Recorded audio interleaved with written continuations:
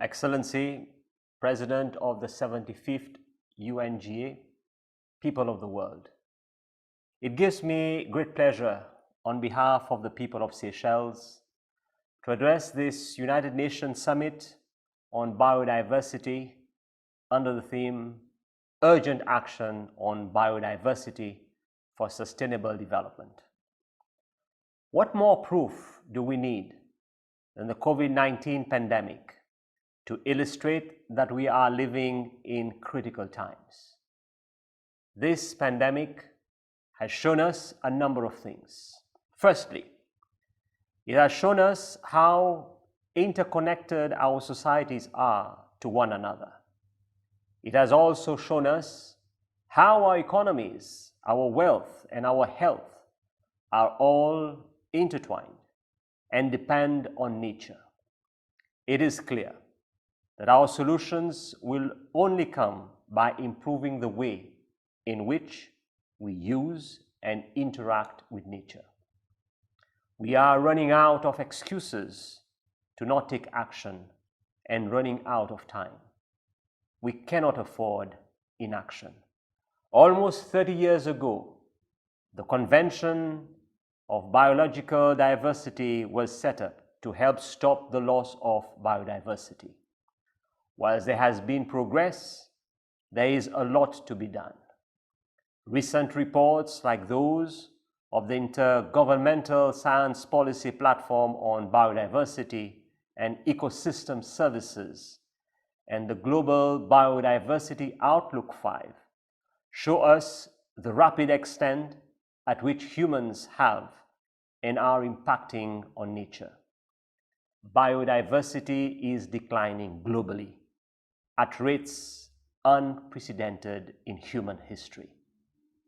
The rate of species extinction is accelerating with grave impacts on people and their livelihoods around the world.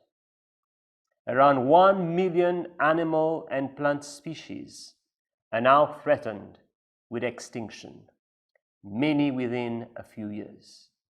The economic downfall of those losses will be tremendous. It is clear that humans will not win without nature. Against this backdrop, Seychelles is hopeful that the world can still achieve the Biodiversity 2050 vision of living in harmony with nature, but only if there is real transformative change in the way we value and use nature. The interlinking between biodiversity and the SDG goals are obvious.